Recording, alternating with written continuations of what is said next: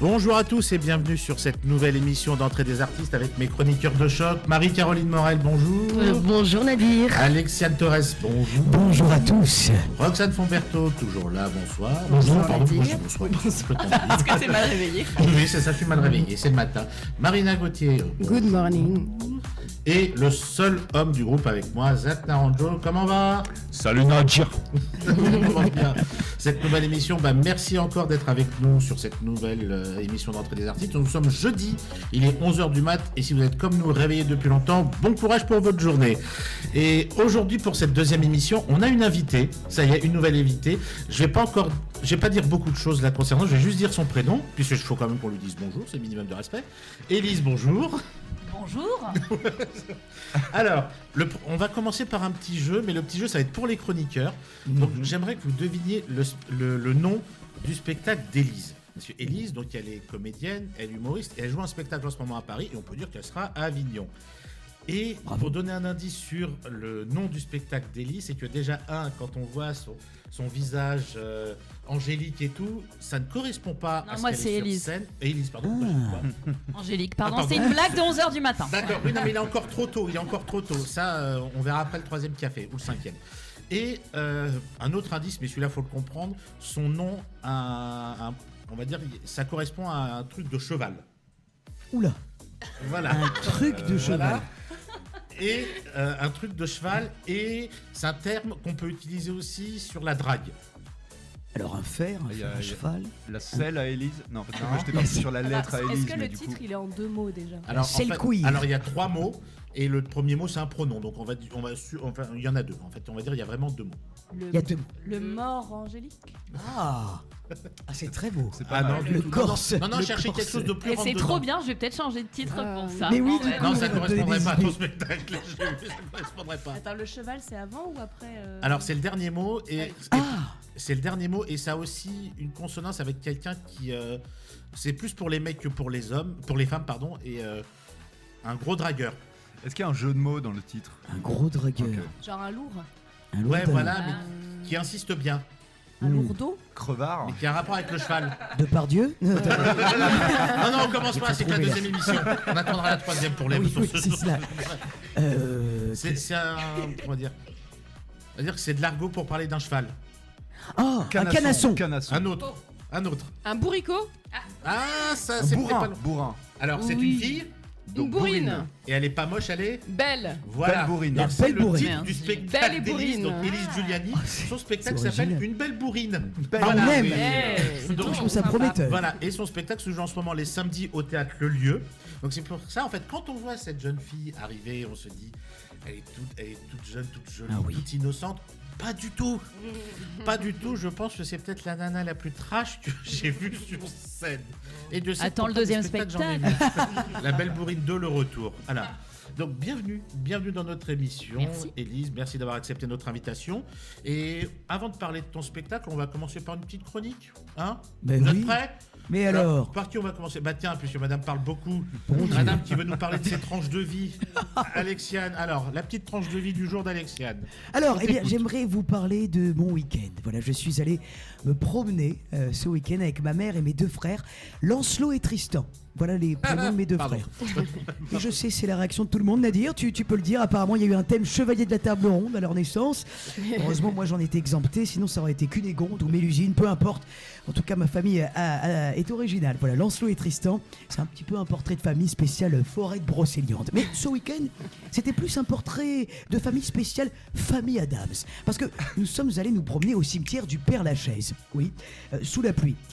Pour une ambiance morbido-champêtre que seuls nous les Parisiens connaissons, car on pourrait aussi qualifier de morbido-champêtre. Aller pique-niquer en plein but de Chaumont, juste à côté des rats qui veulent te taper une clope chaque 5 minutes. Ouais, oh, oh. Hey, j'ai plus de gitane à Ratatouille, hein. Alors, tu vas voir ailleurs maintenant, c'est pas vrai. Ou encore boire un café en terrasse dans les effluves de dioxyde de carbone, mais tout de même, le tenancier du bar a couvert sa devanture de fleurs en plastique si bucolique. Morbido-champêtre, donc, ce samedi après-midi été. Si je constate à l'instant que cette tournure de phrase ressemble à un dialecte de Yoda, j'ai aussi constaté samedi, car je suis une femme qui constate. Oui, je constate le lundi, je constate le mardi, ça peut même m'arriver le mercredi. Que le pouvoir d'achat, eh bien, ça se constate aussi au cimetière. Vous allez savoir où est-ce que je veux en venir. En effet, à côté de petites tombes flétries se dressent parfois soudain dans les allées du Père Lachaise. Oui, car ce sont les derniers mots qu'il a entendus avant qu'une malencontreuse chaise de bois avec structure en métal lui fracasse le crâne. Un déménagement mal géré par de sombres Bretons. Mais n'allons pas plus loin dans ce point d'histoire, aussi peu sûr qu'une biographie Wikipédia. À côté de petites tombes fleuries, flétries, bucolies, j'ai pas trouvé d'autre rime, se trouvent souvent, soudain, des caveaux. Je sais pas si vous êtes déjà allé au Père Lachaise. La chaise! C'est vraiment ça. Des petits caveaux de marbre blanc aux statues gigantesques, des effigies de bronze moulées aux côtés de plaques de grès délicatement sculptées de dialecte latin, ou encore de vitraux chatoyants dans des chapelles de recueillement plus grandes que mon appartement parisien. Oui, c'est ça le Père Lachaise, autant de tombes différentes. Et parfois, au détour d'une allée, le nom d'un défunt ou d'une défunte, à côté d'une plaque vide, attendant sagement la mort du compagnon de route qui se frayera une place à quelques mètres sous terre à côté de son amant enfin réuni pour lui dire bon bah pas grand chose parce que lui il a choisi l'incinération, pas comme l'autre égoïste qui nous a coûté un cercueil en acajou, une véritable blinde. Parce que dans la mort tu nous feras chier toi. Bon allez laissons ce dialogue de l'au-delà se poursuivre loin de nos oreilles terriennes.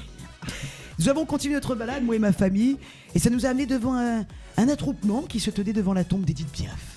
Une petite tombe émouvante et simple, hein, si vous l'avez déjà vue. Et je me suis dit, tiens, ici la courbe du temps s'inversait, que les morts remplaceraient les vivants. Est-ce qu'on entendrait, lors du 26 juillet prochain, sur les bords de Seine, « Hello papy, mais qu'est pas ça ?» Attendez, j'arrive plus à trouver l'air. Soudain, il est entré dans mon cœur. Il est entré dans... Attends, j'y suis. Hello papy, mais qu'est pas ça? J'entends des bails, attends, rassure-moi. À ce qui paraît, je te cours après. Mais ça va pas, mais t'es taille.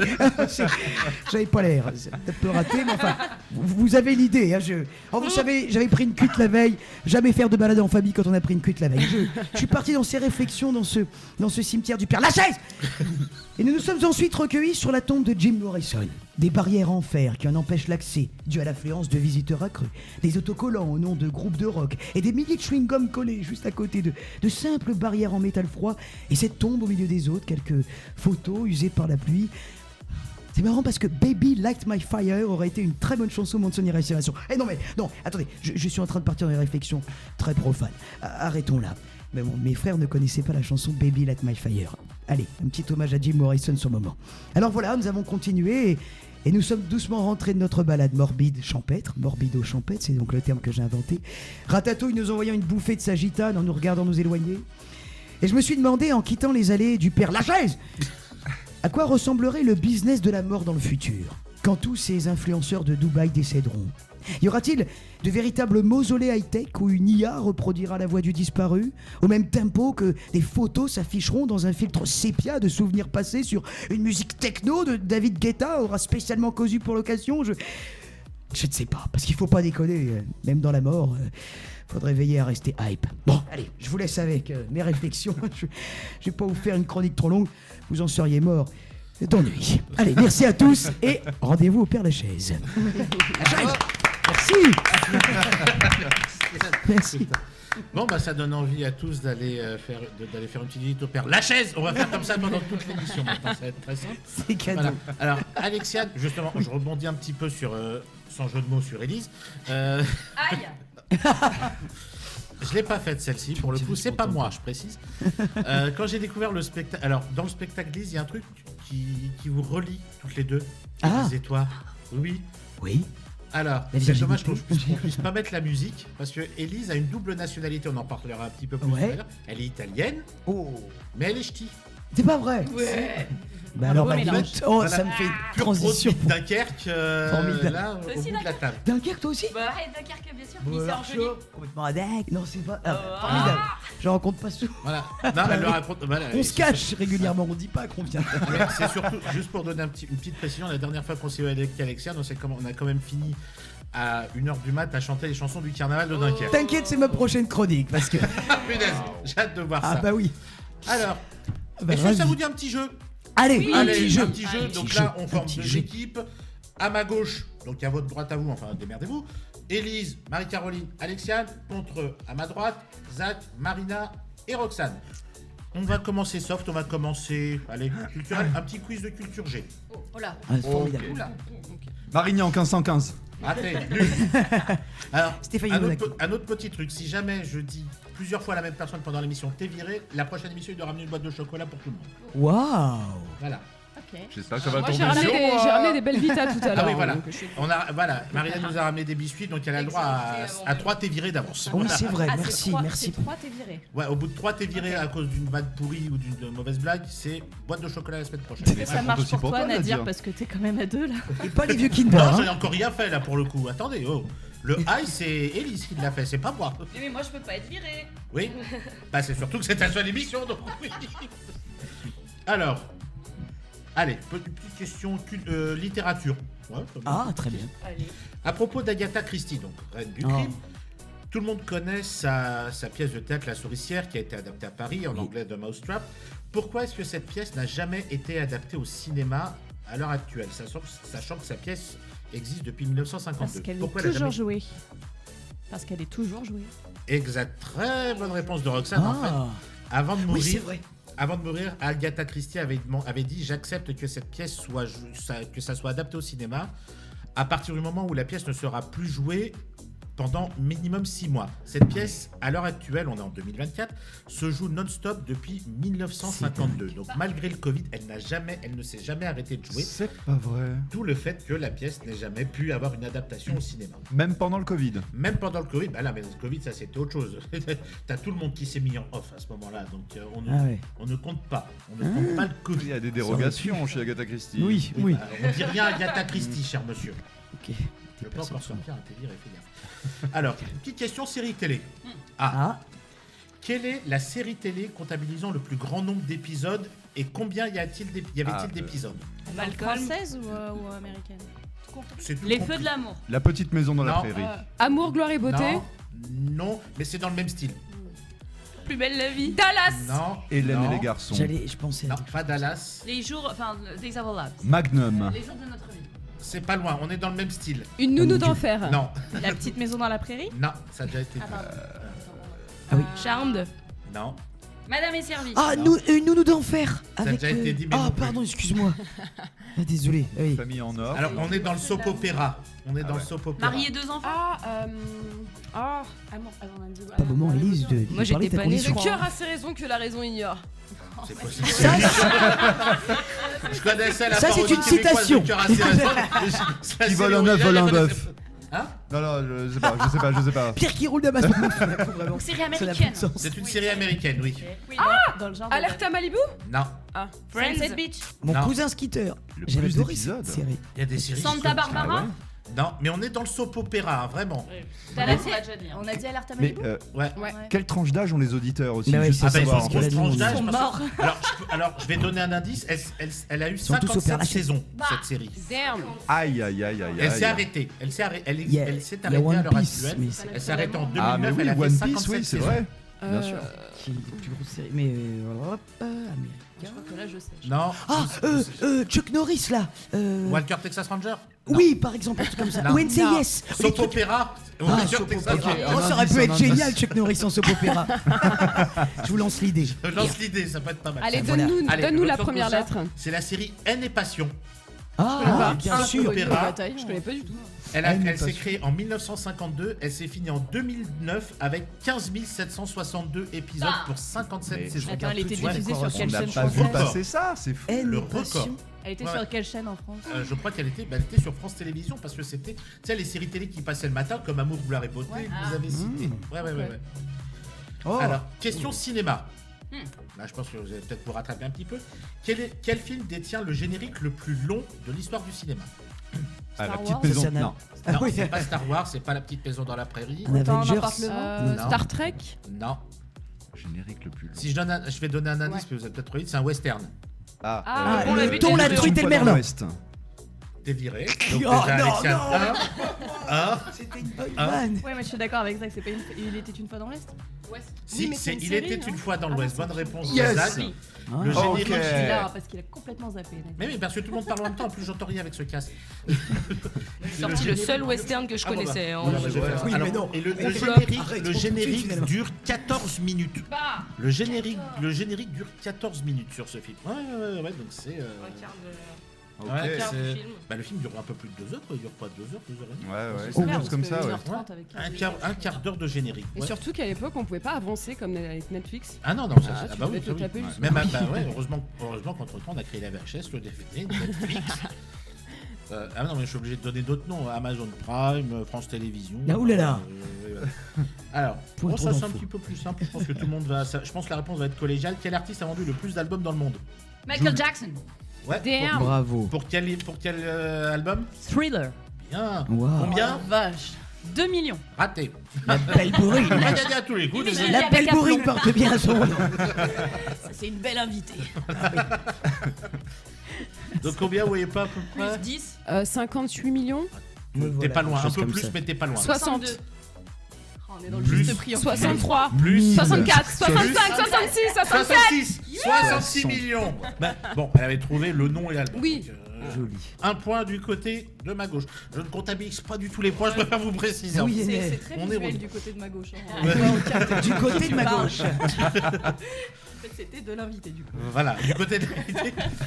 Quand tu sais Est-ce pas que le t'as prénom de déjà eu un quelqu'un. thé viré, Roxane, depuis le début de l'émission? Non. Non. Elle n'en a Regarde ça trop, on est. Dernière question, et on va Oui. parler de théâtre. Ah. Pour moi. Voilà. Quel comédien n'est pas venu saluer à la fin d'une représentation d'une pièce dans laquelle il tenait le premier rôle? Ça date de 2013. Il y en a plein. Et c'est une pièce française, c'est un comédien français. Ah oui. Michel Bouquet. Non, Richard Berry. non, Francis Mérade. Huster. non. Lucchini. C'est Fabrice C'est Lucchini. Lucchini. Mais c'est pas vrai. Pour quel film? Pour quelle pièce, pardon? Le truc sur la Ça, fontaine. c'est du bonus, J'ai c'est dit du Lucchini, bonus, j'ai c'est du pas bonus. tout. Le La- truc où il lisait. La vérité sur La Robert. fontaine, Non. les choses sur la fontaine, les philosophes, non, c'est pas non, son ça date spectacle de à lui. 2013. L'argent. 2013. Les femmes de la fontaine. Non. C'est une pièce, ils étaient nombreux sur scène, ils n'étaient pas tout seuls. Ah. Mais c'est une question bonus, ça, ouais. Et je me demande Mais bien c'est pourquoi. une pièce de Molière? Non, c'était une pièce. Alors, pour donner une précision, c'est une pièce de Florian Zeller. Le le fils, père, le père, la mère, Non. la grand-mère, le chien, la tante Germaine. Le jeu de cette famille, non. Non, c'est une comédie. Il en a pas écrit beaucoup de comédies de Florian Zeller, d'ailleurs. Ah ouais. Bon, je vous laisse. Le point va quand même à ma gauche. C'était pour la pièce Une heure de tranquillité Ok. qu'il avait Ah oui, créée oui, au Théâtre oui. Antoine. Mais Donc, alors, Et pourquoi pourquoi il est pas venu ce Mais Je, ouais. je résume. En fait, cette pièce, c'est un mec qui vient d'acheter un vinyle qu'il cherche depuis des années. Il veut l'écouter, mais il est emmerdé par tout son entourage pendant 1h30. Il veut se débarrasser de tout le monde pour pouvoir l'écouter. Et normalement, à la fin de la pièce, il se met à écouter le vinyle, mais le vinyle est rayé. Donc, en fait, il a fait tout ça pour rien. Sauf que le soir de cette représentation, la musique fonctionne normalement. Le technicien s'est planté, ça veut dire que la musique s'est jouée, la musique s'est jouée normalement à la fin du spectacle. Et Lucchini était tellement énervé qu'il s'est barré. Il n'est pas, Ah ouais, il est pas venu saluer avec ses partenaires de scène. Chafouin. Oh, Ah ouais. Ouais. Ah ouais, là, c'est Mesquine. un Pour le petit peu, public, ouais, c'est c'est un pas- petit peu dégueulasse. Et du par coup, les rapport à tous ces partenaires non comédiens. plus. Ah si, des partenaires sont venus, Saluer, quand saluer. Mais Lucchini, lui, s'est barré parce qu'il était énervé. Oh, parce il que a son la petit fin caractère, le la fin Fabrice. de la pièce a C'est été rien, malheureusement ruinée. J'allais dire Ah le oui. mot, mais on peut pas dire de gros mots ici. On peut Rayé, pas dire comme un niqué. vieux disque. Voilà.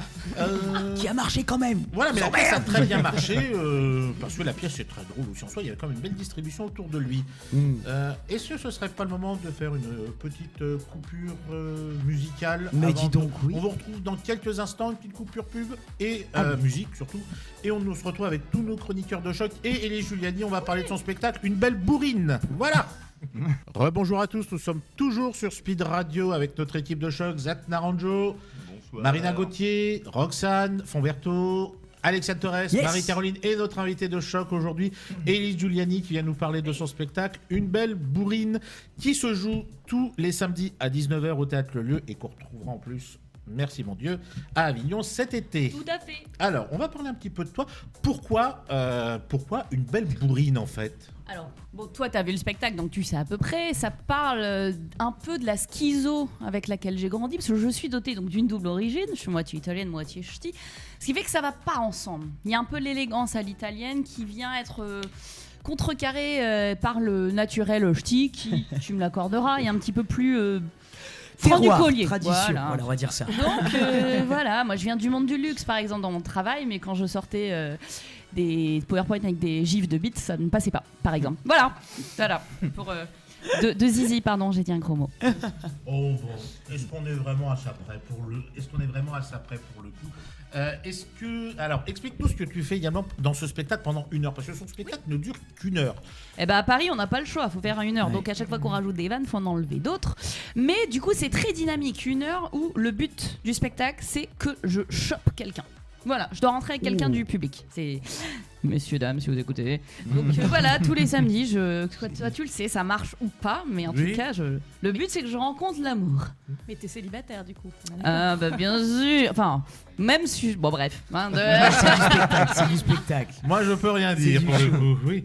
Et est-ce que tu peux juste, tu donnes rendez-vous où après le spectacle à Alors celui que tu vas te évidemment, pécho on boit des coups après le spectacle, on boit peut-être pendant le spectacle aussi. Oui. Non, oui, je donne toujours rendez-vous au bar du coin, hein, Ah quelle non, que je soit la parlais ville. dans ton spectacle. Ah bah, parce qu'il y a d'abord le bar et après c'est rendez-vous dans ma Twingo. Voilà.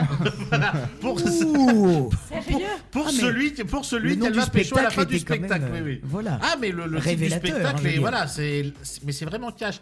Et très drôle. là, moi, ce que j'ai découvert en voyant le spectacle d'Élise samedi, c'est que donc, je pense que c'est l'artiste la plus trash que j'ai vu voir sur scène. C'est-à-dire qu'en fait, j'ai vu des spectacles de Blanche Gardin, de Fanny Ruette et d'autres, mais Élise, c'est du non-stop. C'est-à-dire que tout y passe pendant son spectacle. On parle des origines ch'ti, on parle de l'Italie, on parle d'Emmanuel Macron. Ah oui, il y a une scène, il y a une séquence, faut qu'on en parle. Le goûter d'enfant. Ah bah Oh oui, la vache. parce qu'en fait je parle aussi de mes pérégrinations professionnelles. Donc parce que tirailler entre pizza maroilles, moi je me suis beaucoup cherchée, hein, comme tu le sais Voilà. professionnellement. J'ai plein de métiers, quand t'es intermittent tu cumules les trucs pour avoir les heures, dont les goûters d'anniversaire. Donc je vous laisse deviner le type de goûter, habillé en princesse. Voilà. Ils grandissent beaucoup pendant le goûter. Et surtout que pour se donner un peu de courage avant le début de ce goûter d'anniversaire, Oui, il y a quelque chose qu'on ne doit pas utiliser. Voilà. Non, c'est pas bien la drogue. Hein. Non, c'est pas bien, c'est pas Oh. bien. Ça. Mais en fait, il faudrait que vous veniez voir le spectacle, parce que je pense que Ah, mais on même va venir. qu'est-ce que c'est que ce machin? Ben, c'est une belle bourrine, justement. Mais c'est vrai que quand on voit ta bio, on se dit, mais comment on peut se retrouver face à quelqu'un d'aussi trash? Parce que tu viens, comme tu as même dit, tu viens du luxe quand même. Ah Donc, oui, mais parce que je me suis menti pendant des années. Enfin, j'ai Eh écouté oui. mes parents, quoi. Moi, je voulais faire de la scène depuis toute môme, mais je faisais des sketchs à la con quand j'étais petite. Mais quand t'as le lavage de cerveau et puis tu dis, ah tiens, j'ai de la thune à la fin du mois quand je fais un vrai métier, bah du coup, t'es un peu embarqué là-dedans. Je pensais travailler temporairement dans le luxe. J'ai bossé pendant 11 ans dans le luxe, hein, donc. Mais il Y a y pas a ma de faux vraie métier. nature qui est revenue. Le Dunkerquois en moi est revenu à un moment. Il sort. Tu vois, il doit bien s'exprimer. Ah ben, Dunkerquois dans le luxe, c'est. Bah, ça marchait pas. Bah non, ça fait un peu tâche. Oui. Ça, Calme-toi, ça quand marche même, mieux hein, sur Nadir. scène, ça marche mieux sur scène, hein, quand même. Hein. C'est pas Alexiane qui pourra me le contredire. Donc, que dire d'autre? Oui, donc là, c'est la combienième année que tu es avec ton spectacle? C'est la 3e année, je crois. Ça fait 2 ans, mais en réalité, c'est une nouvelle version depuis octobre, parce que maintenant, je collabore avec un nouveau co-auteur, parce que souvent, en humour, au début, on écrit seul, et après, on a un peu des gens qui viennent à la rescousse pour prendre du recul. Donc maintenant, j'écris avec Sylvain Lacour, qui est aussi le co-auteur de Thomas Angèle Vie, donc qui cartonne bien en ce moment. Et du coup, le spectacle, je dirais que c'est pas le même qu'au début, mais flemme de changer l'affiche, le pitch et tout, donc bon, on a gardé le même, mais bon. En vrai, non, blague à part, ce spectacle-là, c'est depuis octobre, mais 2 ans qu'à l'affiche, c'est une belle bourrine qui a donc évolué. Super. Et alors, pour ceux qui n'aiment pas les spectacles interactifs, c'est-à-dire auxquels vous devez participer, Ne venez pas. ne venez pas, parce qu'en Ah fait, oui. quel que soit le nombre de personnes qu'il y a dans la salle, elle va pas vous lâcher. Le pauvre garçon qui était là dans la salle quand je suis venu, les deux, il y en a eu 2 qui ont vécu ça ce jour-là. Ils s'en sont toujours pas remis. Il a fallu beaucoup d'alcool après le spectacle pour pouvoir se remettre d'avoir rencontré la belle bourrine, hein, quand même. Hein. Donc ton spectacle se joue jusqu'à Jusque juin. fin juin à Paris, il y a quelques dates en tournée aussi. Je mets les dates sur mon Instagram. N'hésitez pas là-dessus. Giuliani. Et puis Avignon, ouais, tous les jours. Oui, On se prépare là bravo. à fond, hein, parce que c'est un sacré marathon. Et dans un très beau théâtre, en plus, que je connais bien, l'autre Carnot. Oui, donc, ça va être cool. Ça va être très cool et très sportif là-bas. Tu restes encore un tout petit peu avec nous jusqu'à la Avec fin de grand l'émission? Oui, plaisir. non, on sait jamais. On va continuer, hein, parce qu'on n'a pas laissé encore beaucoup la parole à nos chers chroniqueurs. Alors, qui va nous chroniquer cette fois-ci? Marie-Caroline, tiens, une petite chronique. Tu vas nous parler de quoi aujourd'hui? Eh bien, alors pour cette première chronique officielle, j'aimerais vous parler, moi, à mon tour de mon week-end et donc de Bretagne. En Mais est-ce que effet, c'est la normal pluie qu'on ait aussi. toujours des week-ends où il y a des lieux de merde en Ah fait ouais, Le Père-Lachaise, on a la envie, Bretagne, hein. le Nord, on démarre bien la semaine, dis donc. On est des martyrs, un peu, quelque part. en effet, puisque je reviens d'un week-end idyllique à côté de Quimper, donc je me suis dit que c'était pas mal de faire profiter tout le monde. Alors vous allez me dire que je me suis trompée d'endroit. Qu'est-ce que le barbecue sur la plage devant un magnifique coucher de soleil, les balades dans la campagne entourées de cochons et de vaches et les fins de soirée planquées au coin du feu de cheminée viennent faire là? Eh bien si. Il y a un lien et ce lien c'est un couple de femmes, Marie et Marion, musiciennes qui ont choisi de quitter ce monde fou parisien pour vivre leur art et de leur art chez les Bretons. Alors, je vous les décris rapidement avant de vous parler d'une d'entre elles en particulier. Ces deux femmes sont deux artistes au parcours personnel, pas simple, qui ont réussi à dépasser les épreuves et à voir les choses, quand je dis les choses, je veux parler de la vie en général, de façon joyeuse, positive et très apaisée. Quoi? Ça existe encore? Deux personnes avec des âmes magnifiques et avec qui il est particulièrement bon de rire. Et l'art est au cœur de leur vie. D'ailleurs, sur 4 jours passés à leur côté, impossible pour elles de ne pas toucher à leurs instruments. Se réveiller dans une jolie maison avec un doux son de guitare ne m'a donc pas laissée indifférente. Évidemment, elles n'ont pas pu s'empêcher de m'emmener voir un concert merveilleux de 3 femmes. Dixit, 3 voix multitimbrées, 6 mains et un sans fin d'objets frappants. N'hésitez pas à aller les voir sur les réseaux pour découvrir le groupe Mar avec 3A. Ça détonne. Donc voilà, en Bretagne, j'étais avec Manon, 32 ans, qui m'a énormément parlé de ce changement de vie dans son art musicienne. Partir en Bretagne a été une véritable révélation, et à Brest en particulier. Elle travaillait avant pour plein de groupes différents. Elle a fait ses études à Toulouse dans une fac de jazz pour apprendre la guitare. La Bretagne fait qu'elle se sent différente aujourd'hui.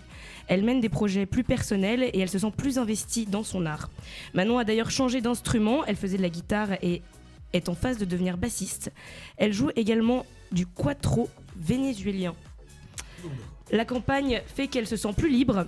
Elle travaille son instrument tous les jours et pour la première fois sans que cela ne lui coûte. Travailler dans son jardin et planter des graines pour son potager est son quotidien et quand on en a un léger aperçu, ça ne laisse pas indifférent. Tous les matins, elle se lève, elle dit bonjour à son jardin, boit son petit café en écoutant les petits oiseaux et je la cite, paf, je me mets à mon instrument. Avec son amoureuse, elles ont créé leur structure afin de créer 2 spectacles différents pour faire des actions culturelles, un spectacle jeune public et un spectacle musical, un set de musique à la fois vénézuélienne et colombienne, concert tout public. Elle n'avait jamais pu jouer ces musiques de manière professionnelle avant et lorsqu'elle est arrivée en Bretagne, paf, tout s'est ouvert pour qu'elle fasse ça comme sa spécialité. Les contacts à Brest ont été mis en place sur une première année et à travers le service Action culturelle de Brest, elles ont pu vivre de leur art. À Brest en particulier, elle m'a parlé de nombreux partenariats associatifs et là-bas, ce n'est pas concurrence et compétition, mais solidarité. Désormais identifiée sur le territoire, elle mène sa vie de musicienne épanouie. Donc amis bretons, amis bretonnes et ceux qui passent par là, n'hésitez pas à aller voir les spectacles Les Cuisinés avec vos enfants et La Malapata dès qu'elle passe vers chez vous. Pour conclure, l'air breton laisse à réfléchir. Ça donne envie.